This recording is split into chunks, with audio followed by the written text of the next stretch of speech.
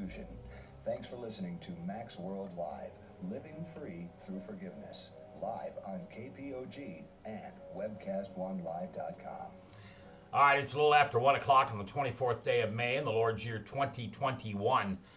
I'm J. Michael McCoy, and this is the Monday edition of Max World Live, living free through forgiveness. I have a special guest today. His name is Matt. Say your last name? Brightman. Brightman, okay. And your mom has worked at Des Moines Christian School for 150 years. Yeah, she might. Some days she thinks that it has been 150. Some days she thinks it's been a day and a half. So Oh, wow. it just depends on how the kids are.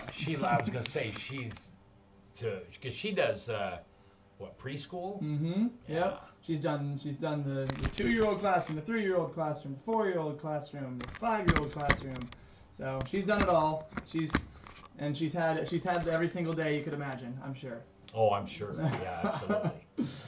All right, so we had a little technical difficulty getting set up here today. The truth of the matter is John Moon talks too long. And so your camera looks great, Matt. Mine looks silly. So silly is as silly is, right? All right. And for those of you that have listened before, you know the setup called Ask the Pastor. And that's some of the things we're going to do with Matt this afternoon. And if you have a question you'd like to ask him, just jump on the Facebook or text me or whatever it is, and we'll be glad to do that. All right, now I am doing a little bit of this by heart because let me see if I've got it right here. I can't. This is not a good day, Matt. It's all right. I can't find my pastor's questions. That's not good.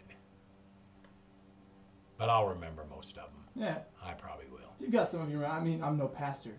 I definitely don't want to claim that title, but I definitely can try to give a couple answers. Yeah, but you're also you're as involved as a pastor, I think, probably in sharing the gospel.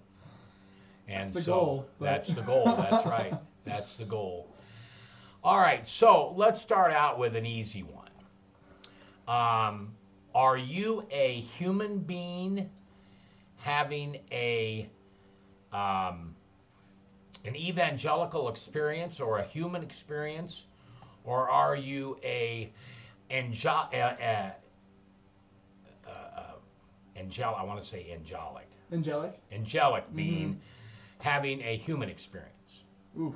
So are you? Yeah. Yeah, I mean, definitely a human being. Definitely a human being experiencing the love of God every single day of my life. I mean, the knowing full well that as a human being I have a sin nature and am totally helpless without the love and what I call common grace of God.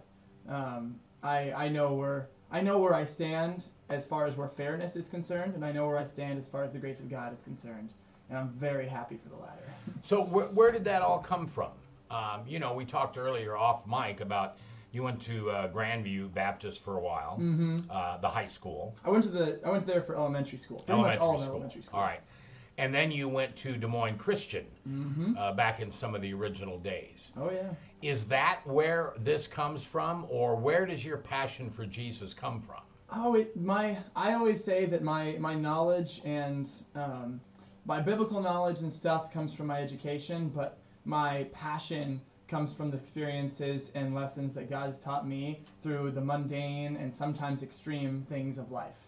I've learned a ton. I mean, I know that if anyone else has gone to a Christian high school or even Sunday school, you've learned all the verses, you've gotten all the things down as they want you to know them. But until God really God takes hold in your life once, in my opinion, a lot of bad things start to happen. Sometimes it takes a little bit of an earth-shaking moment for you to realize that Christ is not just a figure of the Bible, not just a figure of what human beings have constructed in order to make the comfort religion, as a lot of people are calling it nowadays. Comfort religion? That's what a lot of people call it. A lot of people are like, oh yeah, that's what religion's good for. It gives you some peace and comfort, and it's good for society. I see. And once you actually experience what God can do in your life when He's all you've got left, that's when you fully, that's, in my opinion, when I fully actually understood the grace of God.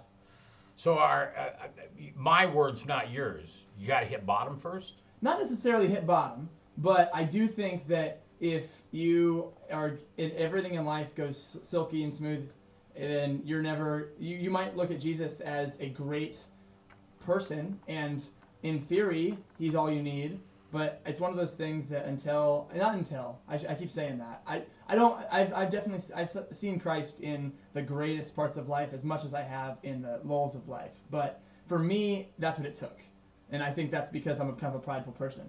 But for me, that's what it took to get to, I think, the best to where I am today, passionate about everyone knowing Christ. Now, I do have to say this, that I found Matt, or he found me.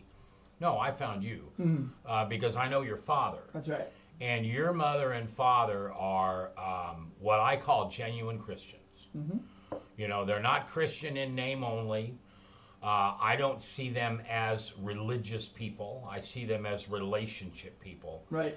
And you probably already know this, but boy, is your dad proud of you. I mean, he just really is. It is, I don't want to tear up here, but it's cool to listen to him talk about his son. That's awesome. Yeah, he does. And that's every son's. I mean, that's the goal of most sons, is to make their dads proud. So that's great you say that. Well, but my guess is you're not the type of person that did that on purpose. That was not the ultimate goal. No. Yeah. No. Oh no. No. Sons never try to please their fathers. There's probably a couple of days that he probably would say that I was intentionally trying to displease him, but. Well, he's a good guy too. He is. All right, so I did find my question, so thank you very much. Are you the son of a risen king or a sinner? Ooh, that's a good one. That is a good one. The best way that I could put it is I am I've been completely redeemed of all sin, and I know that eternally. That doesn't mean my sin is gone. And so both things are true at any given time, and 100% true, because I am completely redeemed of my sin, and so the title sinner is not what God views me as anymore. Yeah. He does see me as the son of a risen king, but to say that I am no longer a sinner would also be false, because I also still do sin every single day, and actively seek against that, and seek the true repentance, which is to turn away from sin. Right. But knowing full well that even though I still sin every day, I am still the son of a risen king and loved by that king fully, despite what I do. My guest today is Matt Brightman, and he is a graduate of ISU, and he was a member of the SALT group. What is that?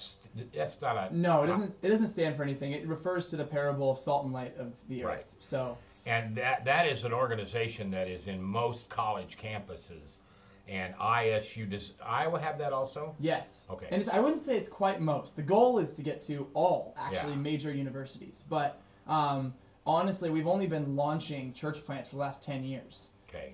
So, because it's 15 years, it was at just Iowa State. And they were just growing and growing and growing. But they realized... It started at Iowa State? It did, yes. I didn't know that. Yeah, Iowa State was the original. Actually, it's really funny. My uncle... says because he went to Iowa State too, but he was in like the first 5 years of it, and he's like, yeah, I remember we met in a church in this basement of this like random building, and it was just the one pastor, and we were just a small ragtag group of us, and they've always been focused on mission, but it was only about 10 years ago that they were like, these other colleges need this. Yeah, it's ridiculous how few. I mean, I think what's the statistic that Salt Company's actually been talking about a lot, because everybody at Salt Company has pushed, like, make your life matter for Christ. Don't make your life matter for when you're 60 and can go retire in Florida, because who cares? It says make your life matter for eternal, store up treasures in heaven, is the mission, really, of Salt Company. And they've been pushing for the last 10 years, like, go out and join a church plant. Go out and make an impact on your campus, and then after that, other campuses around the nation. So. All right. Well, it's going to be fun to go through some of these questions with you. Frank just walked in. Frank, if you want to come in the studio, you can come, but you can't talk. All right. Frank is my old on-air partner, and we split. We didn't split up. He did his own thing in late afternoon, and I'm on at 1 o'clock in the afternoon. Gotcha. But if it wasn't for Frank, my life would not be as good as it is. But shh, don't tell him I said that. All right. I'm going to have to give you a part of the answer to ask the question. I don't believe in free will. It's not in the Bible.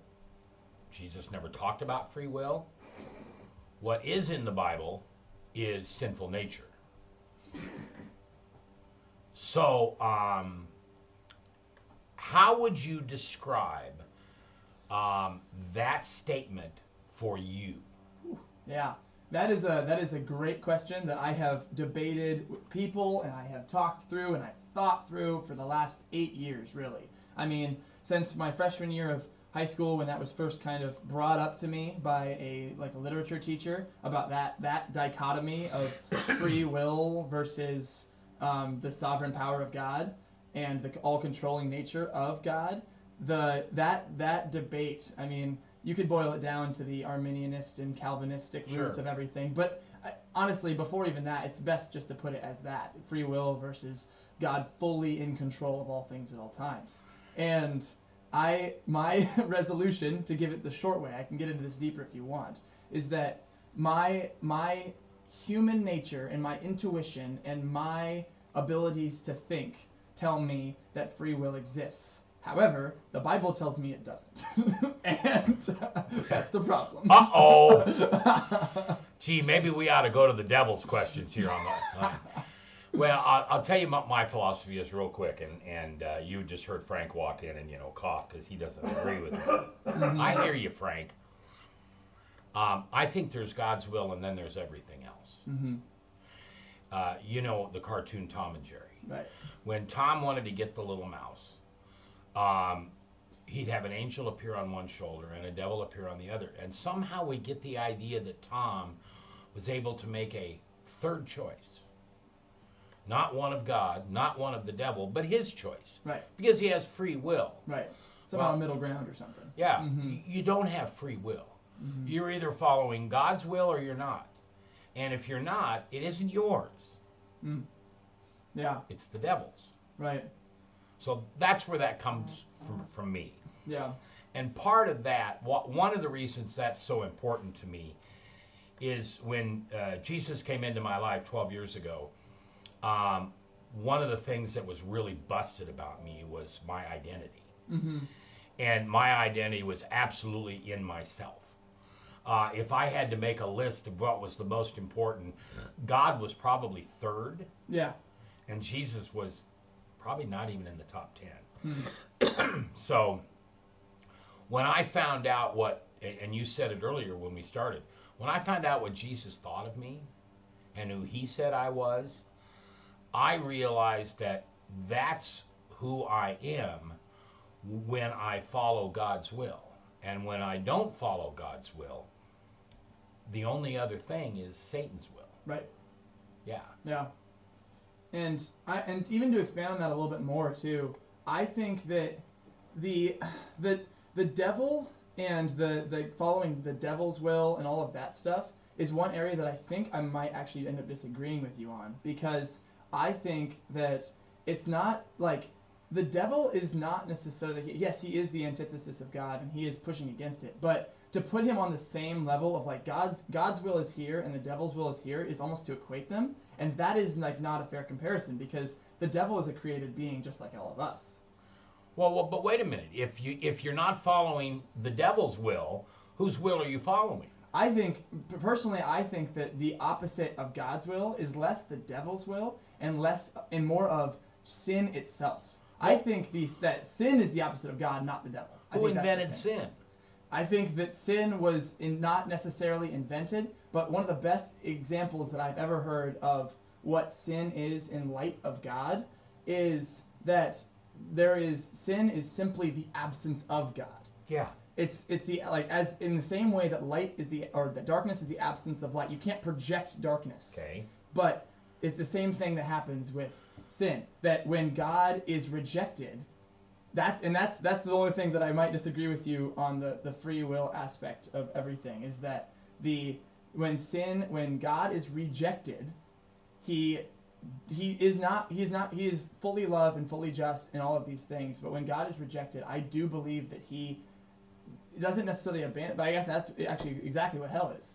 It is the full absence of God. Right. And that is what, in my opinion, the full absence of God is the epitome of what sin is. And so I think they're closely related. We consider them one an action, one a noun, like hell and sin. But I think that might just be our English interpretation of what things are in the world. All right. Well, I'll leave you alone on that for a while. But if we had 2 or 3 hours, we could continue to talk about that. You're right. Frank, goodbye. It's Satan has no will independent of God. Okay, you can shut the door now. Remember that good analogy with the two people on either side? I kind of feel like I'm that guy, right? Yeah, yeah, you are. Probably, yeah. All right, so this just is the next question in line. It's going to sound like I'm asking you this because of what we just talked about. But, and this is a big question, do you, Matt, have a relationship with the accuser? With the accuser? Oh. The devil? Yeah. Jezebel? Definitely thought you were going to say, like, an easier question of, with God. And that's. Well, I know you have a relationship with God. Right. Depends on how you define relationship. In no way, shape, or form do I think it's the same relationship as that I have with my Lord and Savior. But I do think to say that if you define relationship as a interaction that is a exchange of thoughts and is an impact on your will and life and force of who you are, probably. But if you consider a relationship that has to be based out of some sort of mutual goal, then no. Because my goals, at least what my actual goals are, not necessarily what I do, but my goals are the opposite of Satan. Because my goals are to seek after the one who saved me. But if you were to say who impacts my life, I would say that both the devil and God have an impact on my life, as much as I hate to admit it. Okay, well, if I may say so, that is the correct answer. Okay. I think for people to feel they don't have a relationship with the accuser is like saying the sun never goes down. Right. It never gets dark. It's, I don't know how you don't do that. Right. And I've always described it as, so for many, many years, I lived in a townhome. Mm. And that townhome was one of 14 in a homeowners association. And I disliked almost everything about the homeowners association. In fact, if I had clearly understood it before buying the property, I wouldn't have bought the property. Right. I could not I could not plant something outside without their permission. Have you ever seen the white crosses that kind of look like they were made out of paint sticks? Yeah. Uh-huh. I couldn't put one in my front yard. So, I'd like to just for a moment, I'll compare them to the devil. Hope they're not listening. Oh, I hope they are. It's okay. But anyway, I had a relationship with them. Mm-hmm. It was a daily relationship. Right. I didn't want it. I didn't like it. But sometimes it was my fault. Right. That we were at each other for that way. Mm-hmm. The happiest day of my life when I no longer live there. Mm-hmm. And for those of you thinking about getting into a homeowners association, don't read the paperwork yourself. Pay a lawyer to read it. Because it was my lawyer. The first time I sent it to them, because I had a challenge on day one. Mm-hmm. Day one. And I gave the documents to my lawyer and George Lamarca, and Lamarca came back and said, this is the most binding homeowners association I've ever seen. Oh, that reminds me of I don't know if you've seen, I think it was an insurance commercial where they had one that was making fun of homeowners associations. Oh. That they were like, yep, mailbox is 2 inches too high, and she just chainsaws the thing down. Yep. Oh, yeah, I did see that. That one is the one that me and my sister got a good laugh at, and I didn't have any idea about what homeowners associations was, and she was like, oh yeah, that's how it goes. Oh yeah, that's exactly right. All right, so why, in your opinion, well, first of all, I want to ask you this. Are you born again? Oh yeah, absolutely. So there was a period of time in your life when Christ wasn't a part of it, other than just going to church with mom and dad and that kind of thing? Yes, I would say so. And I will say though that a lot of people have. This is one of my favorite sermons I've ever listened to in my life. It's actually by Matt Chandler, and it's the one that is about the spiritual formation sermon that he did. And he's like, everyone always looks at Paul and is like, oh yeah, on the road to Damascus, he was changed entirely. He went from persecuting the church to supporting it and making it, essentially. Yeah. But everyone compares him to that. Everyone really should compare themselves to Peter, though. Because Peter's really a true form of the more Christian experience that he sees. Yes. Because he's like, yep, Peter's the guy that was, called, this is what God showed you as he revealed, like, that Christ actually was who he said he was. And then I think it was 3 verses later, it's called the devil by God himself. And then you have later down the road where he's rebuked by Paul after, planting a church. And so this whole back and forth thing is a lot closer to, I think, my experience than the whole born again road to Damascus sort of moment. All right, so you and I have not discussed Matt Chandler together ever, right? No. You just named a guy I listen to every day. I'm serious. I love his stuff. Every day. Oh, I love him. Mm-hmm. He's been on this radio station several times. Really? Yes. Really? And I don't know if you're thinking of the same one that I am, but I'll have to give you the address or whatever you call it online to listen to the first sermon that I listened of his. Mm-hmm. And it blew me away. I'm sure it's probably the same one. It's the Village Church in Dallas, Texas. No, we're the same. I know we're with Matt Chandler. Yeah. But this sermon, I think, came from maybe 2011. Okay. Mm-hmm. Long time ago. Yeah, you sent it to me. Anyway, we'll have to do that. But so when you said Matt Chandler, if you were watching online, you know that I smiled and you probably smiled with me. All right. So, are you ready? Yeah. What you got? Do you believe in predestination? Oh, the next good one. This is always the challenging one that I swear, there's one guy that I was able to, like this last year, really disciple a lot, and he was a brand new believer, and we went and got coffee the first time after he was saved, and he asked me the last 2 questions you just hit me with as a new believer, and I was like, oh, geesh, man, you're killing me. Boy, he bounced right in on that one, didn't he? So I do. And again, this is the same kind of thing, in my opinion, of the free will and everything, of in my heart, if I actually think about what I read in the Bible about the nature of God, not in any specific verse, but in just how he interacts with his people and how he does things, I tend to believe that there isn't predestination. But when I read the Bible and read what we talk about, those who are predestined are also called, and that everything that you've got that are verses that lead to that, it leads me to believe that there is.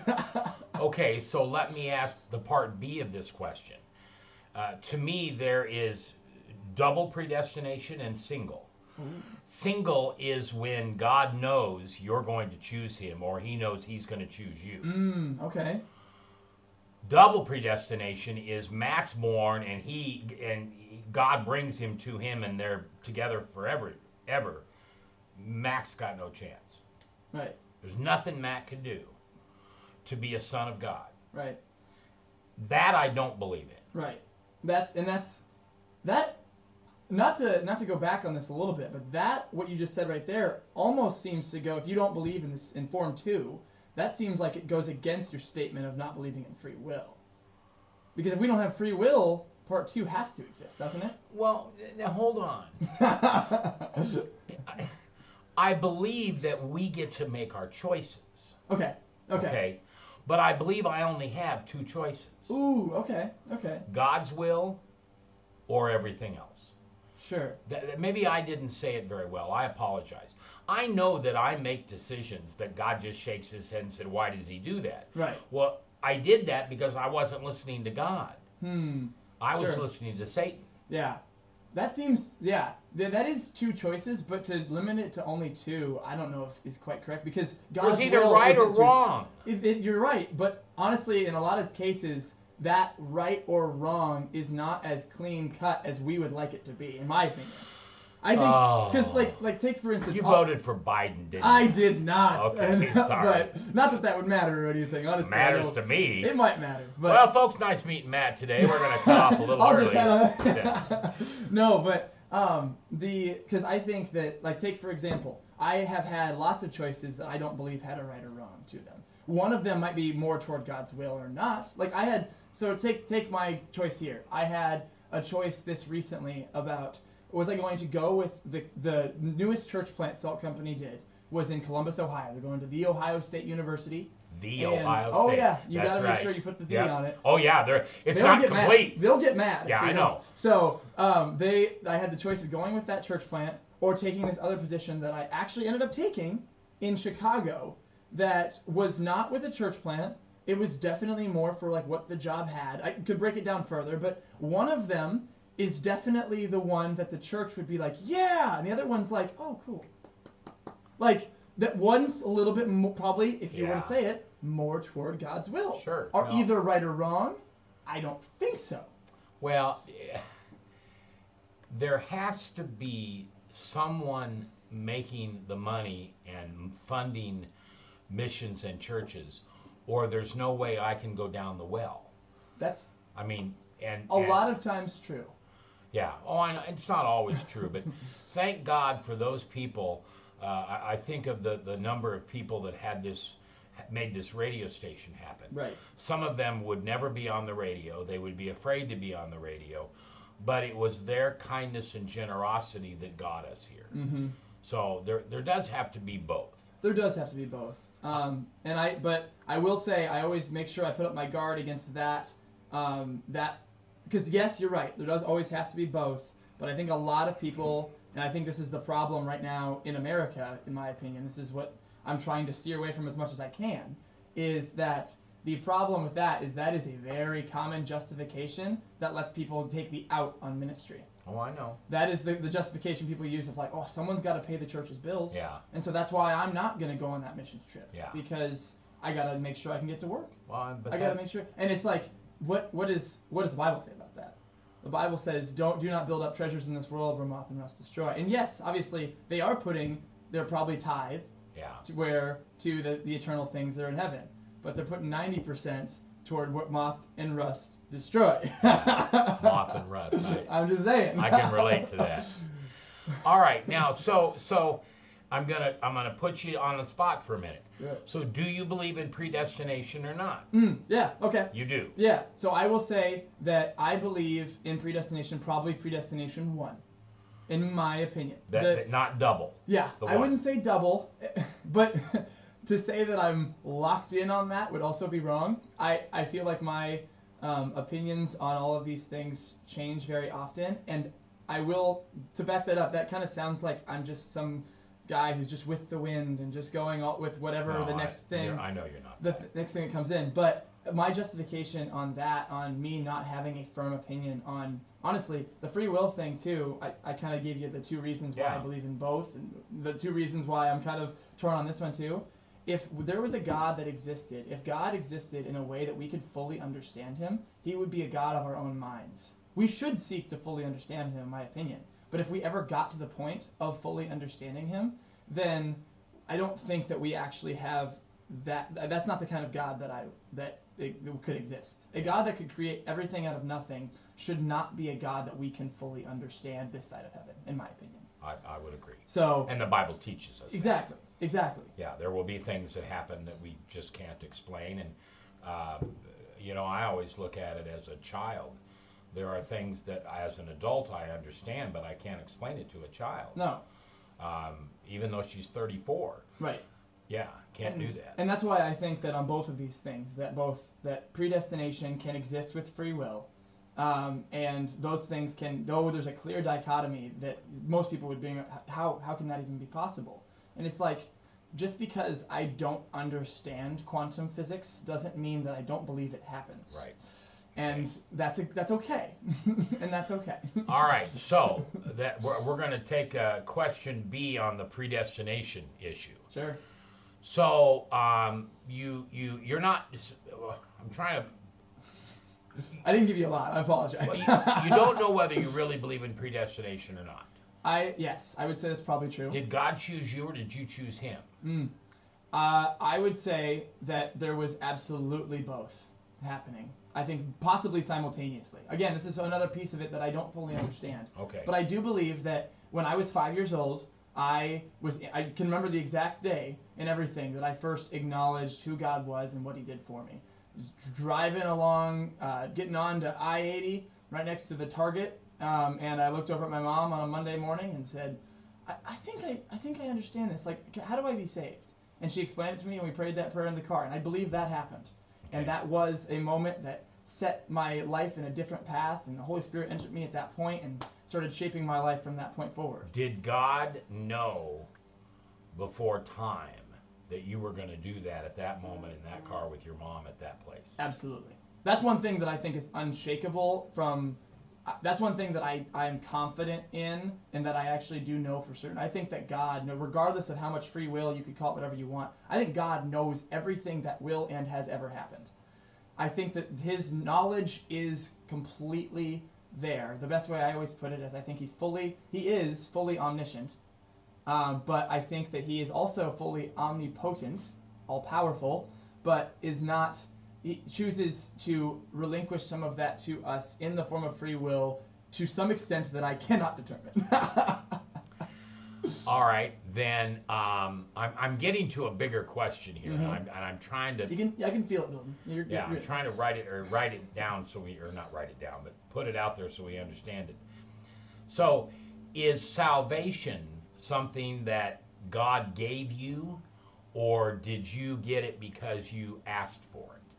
Ooh, yeah. Salvation is a gift of God. Okay. And it is not by works so that no one can boast. That is absolutely true. It is a gift that was not on any part of mine to inherit. Like it was a complete gift that I said I believe existed and therefore like asked for it.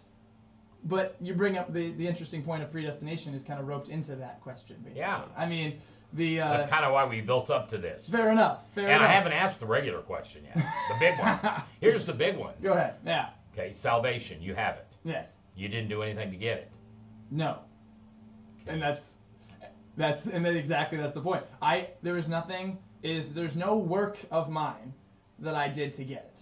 That much we know with absolute certainty because of the Bible. Right. But there is still the question of whether or not our choice in choosing God or choosing to follow our own will has any impact in that gifting at all. I think that is still the question that I don't think I will understand. Now, granted, it doesn't I still encourage every single Christian. I don't when I'm trying to preach the gospel to someone, I don't go, man, you know what you should do? You should really hope that God chose you. Yeah, no. That is not what I do in my ministry. Right. When I go and approach someone, I say believe in Christ, and I go in practice. If you were to ask somebody that I have just shared the gospel with, they'd be like, oh yeah, I have to choose God. That would be what they would say that I would believe because of how, because I don't understand. I'm going to default on let's go ahead and do something. And therefore, you're good. But I think that it could be that I get to heaven and God looks at me and is like, oh yeah, all that, great. But I knew that long before, and I did that, not you. All right. So as much as I'd like to beat this dead horse, I gotta move on because here's the big question: you didn't do anything to earn it. It's a gift from God. That's right. Can you lose it? That is the big question, Salvation. isn't it? That is the big question. And the word is lose, not forfeit. I understand you could forfeit it. Yep. But can you, when you lose something, you don't want to lose it. Yeah. I lost my keys to my car. I lost my cell phone. Can you lose salvation? No. That is, especially when you clarify it that way. Good. Especially when you clarify it that way, I would absolutely say no. You cannot lose it like you lost your keys. Okay. You cannot lose, and that comes from one of my favorite passages in all of Scripture, which is the very end of Romans 8, that neither principalities nor powers nor angels nor demons nor things present nor things to come could separate me from the love of God. Yes. And we know that that's true, and we know that that is what Paul is talking about, and that's one of my favorite things of all time. That is, I'm holding it up. I know you on the radio can't hear it. But this is my copy of that. Mm-hmm. Because, and I'll just tell you a quick story, I don't like John 3:16. Anyone who believes in Jesus will have everlasting life. Believe? Really? Right. You got to define that. Anybody believes. I mean, the devil believes. Right. So I searched and prayed for a long time. And what I found was Romans 8:29. Yeah. That's what you go through. Right. You go through that process of him finding you, and then justification and sanctification. Yeah. That, and in Hebrew, the word believe means abide. Yep. So anyone who abides in me will have everlasting life. That's the best way to put it. And I actually, at the SALT, we had basically our impromptu SALT conference this year, and I probably heard one of the best explanations of what really believing is, because that is something that everyone's wondering. It's like, do I believe enough? Do I have enough belief to inherit eternal life? Is that, and then it gets to this works-based salvation stuff. That's right. awful. And I one of the best explanations that I've heard of it is belief is there's a difference in the way that this guy explained it. He's one of the SALT pastors at Mizzou. Okay. And he explained it like this. He said that if I'm standing next to a chair and I say I believe that chair will hold me, that's great. I think that is an example of what Satan and the demons do with Jesus. They believe that he's got power. Yeah. The difference in believing something and abiding in it is sit in the chair. Yeah. Sit in the chair. Yeah. That's what I've been actually kind of telling myself the last, like, that's been like the phrase I've been repeating to myself over and over this last couple months since I've heard that sermon of believe in God in a way that, like, and trust God in a way that if you're trusting him so much that you're just falling into it.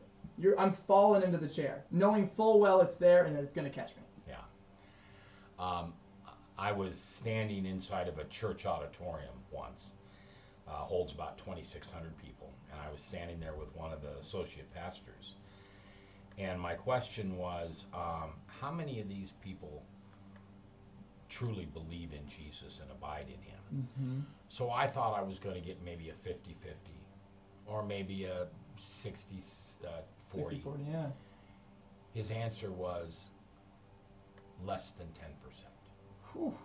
That most of those people in that room were there for the party, or as I like to call it, the pep rally. Mm-hmm. I always call it the check box. Yeah. Mm-hmm. And very rarely do we hear sermons that when we walk away from that church, you go, oh man, I didn't like that today. And I think we ought to have that feeling with most sermons. Mm-hmm. Yeah. It's where the truth is. I totally agree, and that's why, and that's what I found to be the most powerful sermons. Leave me the ones that it's like you leave fully. I think that it should give you what I call the gospel realization. Yeah. Every single time that I leave church, whenever I'm like that, that's when I'm feeling like I've learned the most. Yeah. Of fully understanding just how, like, absolutely in trouble I am if I don't have Jesus, but also feeling so overwhelmingly in love with Jesus because of I know that he's got me. Yeah. Regardless of how far, like, Yeah. so one of the sermons that I saw, one of the lead pastors at Cornerstone gave was this whole breakdown of as we start in faith thinking that our separation from God and his salvation of us, that the distance the cross bridges is here. The more we learn about God, the more we see how much he loves us, just as much as we see how bad we are. Yeah. And that cross becomes more powerful as we progress in our salvation. Yeah.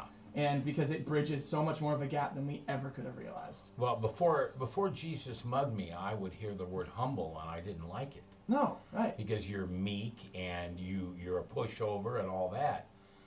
And then I learned through Christ that humble is simply being teachable. Mm-hmm. And I would hope that I am a fully teachable person. Yes. Yeah, that's what I would hope. Yeah. There were certainly times before Jesus mugged me that I was not teachable. Right. That I knew everything. And just ask anybody who worked with me. Mac knows everything. Of course, I don't. Right. But when Jesus mugged me, I became teachable because there were things I needed to learn. And just like you said, the longer I have this relationship with him, the more I realize I have to learn. That's absolutely true. And I had a similar lesson in humility at the end of my senior year of high school when I kind of was the same way. I mean, my parents always joke about it that as soon as I left the house is when I realized that they actually knew what they were talking about. You could have, not just my parents probably would have said the exact same thing. But what I learned through some kind of hard times and some stuff going on is that it's not really a choice to be humble or prideful, because we have no grounds to be prideful at all. No. That's just failing to acknowledge the truth of the matter. Yeah, it's like, when a football player or somebody gives credit to God, before Jesus mugged me, I'd go, dude, you did it. Yeah, right. He didn't do anything. And now I can't go the other way. He does it all. Right. And I'm just along for the magic carpet ride. Yep. The comparison that I always make is that you either are, I always used to think it was either you choose pride or humility. But now, when you actually understand the full truth of who we are and frankly, how dumb we are, it's not pride or humility. It's hypocrisy or humility, or just being an idiot or humility. You can put it however you want. But, I mean, humility is the only choice that actually makes any sense when you understand just how bad we are and how much we need Jesus. Oh, yeah, yeah. All right, so here's the scenario for you. An old man, most would consider a hermit, lives out in the woods, has signs all around his house, no trespassing, that means you. When he comes into town in his old red Ford pickup to get supplies, he scares people. He's just not very friendly. He's not nice. The kids are scared of him. Of course, he doesn't go to church. He doesn't belong to any religion or any church. But when the man's at home, all he does is read his Bible. And if you were able to sit down and talk to him, you would find that very, very wise man when it comes to his relationship with Jesus. Sure. Is he a good enough Christian? Oof. Putting it like that, that's the hard part. Good enough Christian is a. Well, is he? You don't have to put it that way. Is he a Christian? Maybe even. Well, yeah, sure. Well, because there's no such thing as a good enough Christian, in my opinion. We're all. Are we a saved Christian? I mean, no one is good enough. So it's like. Yeah, I know. I get that. Right. Well, and I'll tell you, the one time I heard the right answer on this, Pastor Johnson, when I asked him that question on the air, he said, yes, he's a Christian. He's just not an obedient one. That's entirely possible. That would probably be very similar along the lines of what I would say to that question. Because, again, I'm still a firm believer. If you look at the parable of the vineyard, he sends out laborers at the early hours, he sends them out, and he sends out the last ones, and they all receive the exact same gift. Yeah. So I'm still a firm believer in your deathbed Christian. I think that's exactly what the parable of the vineyard says. Is that some guy who's lived his entire life for the world, that realizes how much he needs Jesus 5 minutes before he dies, is still accepted into the kingdom of God because it's a free gift. Yeah. It isn't something you earn. If it was, then he wouldn't have earned it, but it's not. And so I really do think that guy could be a Christian but not an obedient one. That's entirely possible. Now his fruit, that you read James, you read that you see there will be fruit, and there should be fruit of a true Christian. But that's honestly for our interpretation of just people we want to surround ourselves with. I think that James was written more for the church and less for internally than a ministry perspective. Yeah, I would agree. We shouldn't use James as a metric for who's a Christian and who's not. We should use James as a metric for who we want to surround ourselves with as accountability partners, in my opinion. Yeah, no, I would agree with you. So, yeah, I'm not a big fan of the book of James, but when you put it that way, in fact, that's one of the best ways I've ever heard it explained. It's really like the preference to a book. Yeah. It really isn't the story that's in the book, but by reading the preference, you got a good idea what the book's about. Right, exactly. And you should see works on that. And here's the thing, though. I've seen a lot of different times where Christians make really, really bad decisions. And I don't think that makes them not Christians. Resemble that remark. Mm-hmm. All right, so a couple more before we run out of time here. And for those of you listening on the radio, we're going to go over our radio time, so I would encourage you to go to Facebook or something like that where you can hear the audio or watch it. And also, this will be on YouTube at youtube.com/webcast1live.com, and it'll be there forever. At least that's what I think it will be. All right, so tough question. As they all are. Is non-belief, and I'm not going to say atheist or agnostic, I'm just going to say non-belief. Sure. Is that a mental disorder? Ooh. No. I wouldn't say it's a mental disorder. Because, honestly, if anything, it's a mental order, if that exists. Because it's in nature. Our minds are, I believe, just as flawed by sin as anything else. Oh, yeah. And so I think unbelief is actually the natural occurrence of sin infecting our minds.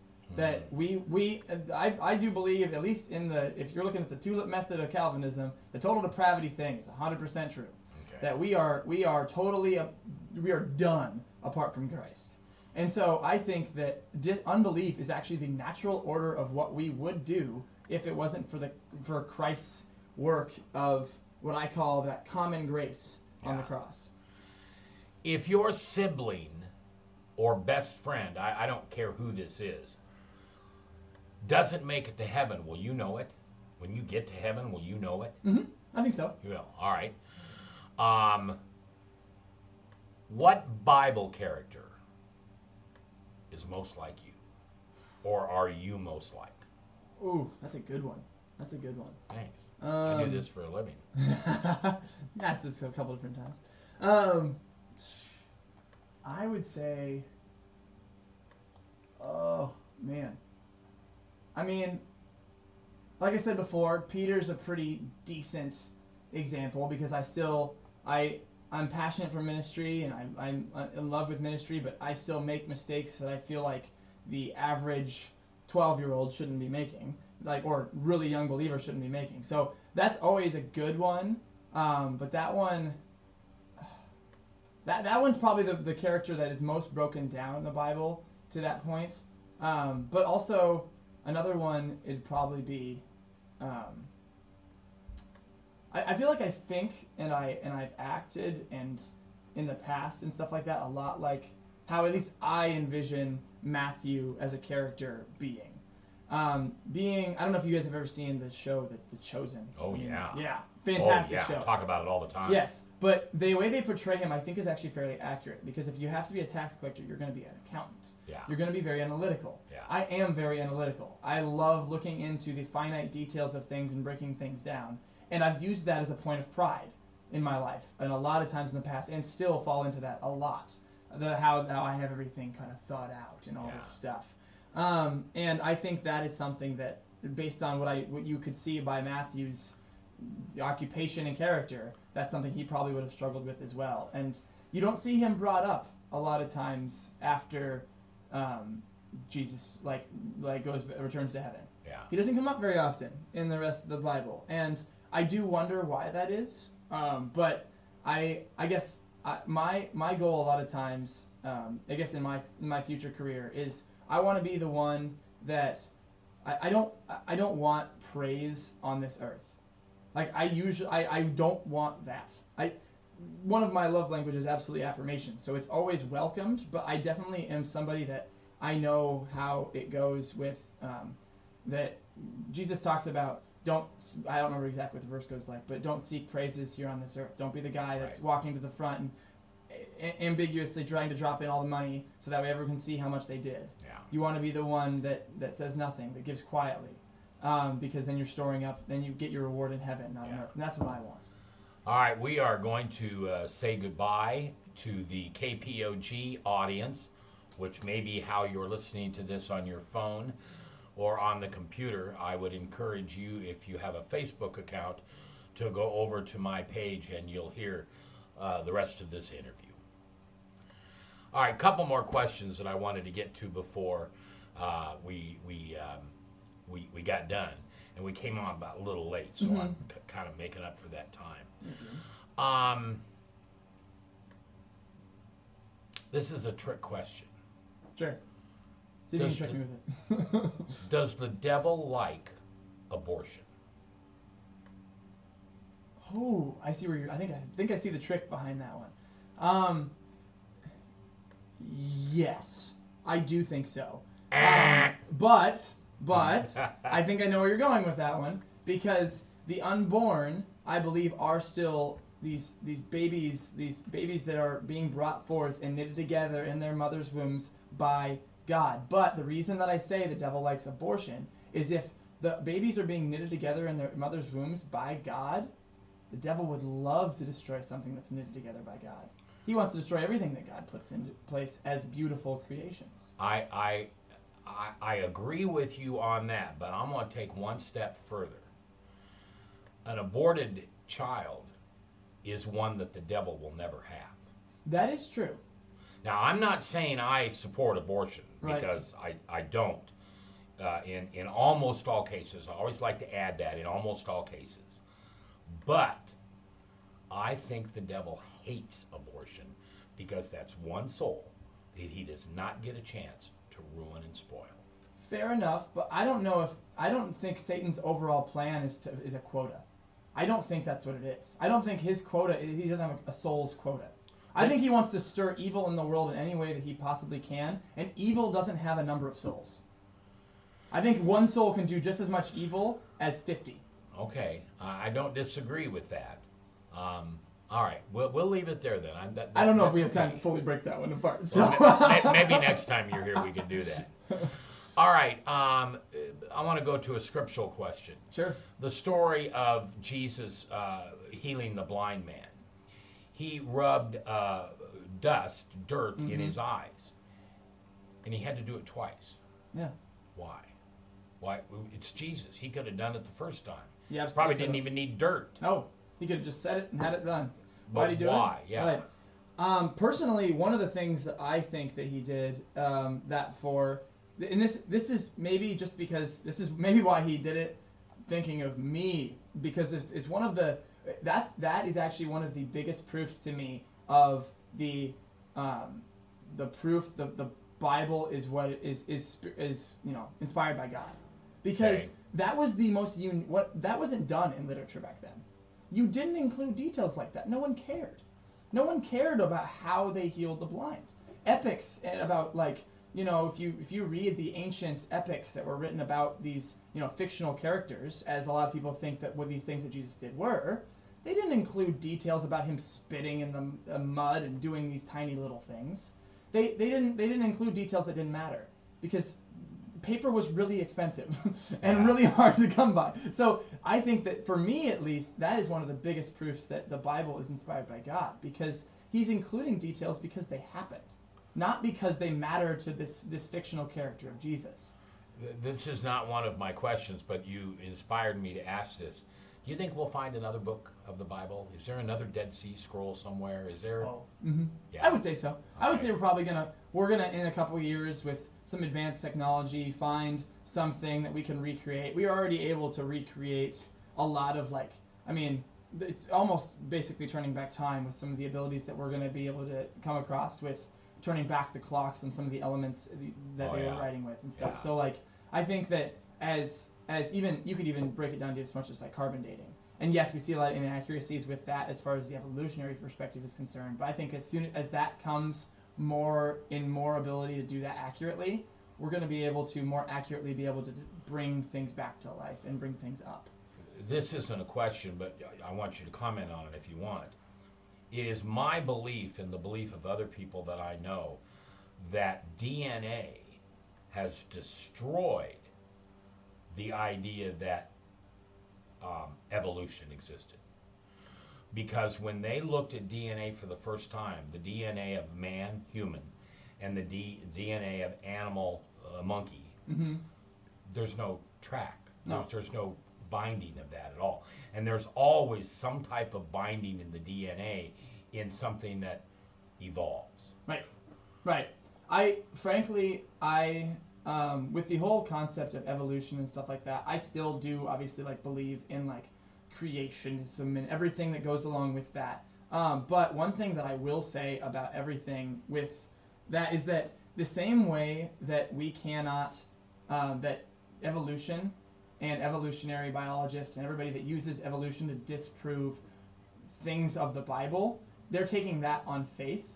And because we don't have any proof of what large-scale evolutionary changes looked like, we can't prove that there wasn't some sort of, that God didn't use some sort of like evolution in order to make things. I don't think evolution happened in the time scale that it happened for that. But who's to say that at the time of the flood, God didn't evolve very quickly dinosaurs to be alligators? He didn't do like basically a time warp of things that we don't know the nature of God. Right. We don't know how God chose to create things. We know that he did, but we don't know how he did it. So Okay. who's to say that they might look at the fossil record and say, look, I can see all of these things that break down. And I could look at that exact same fossil record and be like, you have no idea if that took 10 years, 10 minutes, or 10,000 years. That's right. All right, last question today. We can do this again with a whole other list of questions. Jesus said that he came to fulfill the law, not abolish it. Yeah. Is that just another way of saying that grace trumps the law? I mean, that's probably a really good way of putting it. I mean, that the entire story of the Bible was pushing toward this thing. I mean, the law was intended to be given so that way we could acknowledge our sin and see that we have a problem. Because if we don't acknowledge that we have a problem, then people who don't know they're sick never go to the doctor. Right. And so that was the point of the law, was to show people that they had sin. And so by him coming and fulfilling the law, I believe that what he's talking about there is he's fulfilling what the law sought to show us that we needed. Like, he's fulfilling the hunger that the law provided. If you realize you're hungry, then you'll eat something. Okay. He is the fulfillment of the hunger the law provided for us, basically. Okay. It's the best way that I've kind of rationalized it and put it in my head. Yeah. So- And you know, for me, I haven't figured it out yet. Yeah, that's true. Because a part of me says, well, of course, grace trumps law. Yeah. I mean, you can break every law that there is, except probably a commandment. I mean, every one except the first one, and still have salvation. Right. But it's only because of Jesus. Yep. All right. You're totally right. So. Well, now hold on. Don't say entirely, because somebody will hear that and then they'll know you're crazy. But you know, I have been blessed being able to have a ministry that talks about the relationship we have with Jesus. Mm-hmm. I can't imagine not being able to do this as much as I wanted. Mm-hmm. And it's not the radio. It's not the social environment or the social media. It's the ability to sit down and have conversation with somebody when we're both passionate about the overall umbrella, Right. but differ on the details. Yes. And I can't wait to get to heaven, because I think the devil's in the details. Mm-hmm. It's true. I think we'll get up there and go, why did we ever question predestination? Why did we ever? Right. Because honestly, in my experience, that has been one of the things that have just led people away from God. Oh, is yeah. That you look at they look into the details, and then you start to get angry about the details, and all of a sudden that they're like, I don't want to be any part of that. Yeah. I don't want to be a part of that. But then they're missing the fact that Jesus died to take away their sins, not give them this knowledge of predestination and Right. indoctrination that you're right. That's not why Yeah. Jesus died. Well, and if we were to go through the questions more and more, you'd begin to see a pattern of questions coming out of religion, Yep. not relationship. Right. Because that's, I don't know, I just think it's sad. It is. I just think it's sad what man has done to make himself look like a better Christian. Oh yeah, and we see it's not new. That's the thing. Oh, I know. Jesus opposed the Pharisees more than he opposed the non-believers. So Right. we should think about that. Well, we're gonna have you back. I hope you come back. Now you're going to school when? I'm not going to school. I'm going to a job. Job, yeah. And I'll be in Chicago starting in June 14th. So I don't have a ton of time, I will say. Yeah, that's true. But you could always join us on Zoom. I could. You don't work at 1 in the afternoon, do you? I do, but it's flexible. It's flexible. All right. Well, it's been a pleasure. Yes. And I can see why your father thinks as much of you as he does. I'm glad you said it. Thank you. Yeah, no, you're a good man, and I appreciate you stopping by today. And you're always welcome on this program. Phone calls, Zoom, it doesn't matter. I'd like my audience to get to know you better.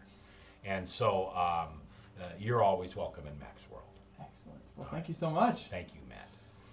Well, that's it. We've gone over 11 minutes off the radio, and that was because we got on late today, and I apologize for those of you who missed part of the show. It is all recorded and will be posted on YouTube. And again, you get that at youtube.com/webcast1live, and that's WEBCASTLIV, or I'm sorry, ONE and then LIVE. It's not the number 1. That is my company that produces all of these programs, and they own these programs, and therefore we get to put them where anybody can find them anytime. Whether you are if you got a computer, you can do it. If you don't have a computer, get one. I don't know what else to say about that. Yeah. All right, I'm J. Michael McCoy. If I haven't told you lately, thanks for listening. Darn, I love this job. And I can't do it without you right here on KPOG and webcast1live.com. All right. Nice. Good job. You're unnatural. No, you are. I like talking to people, so. Yeah, no, you are. That's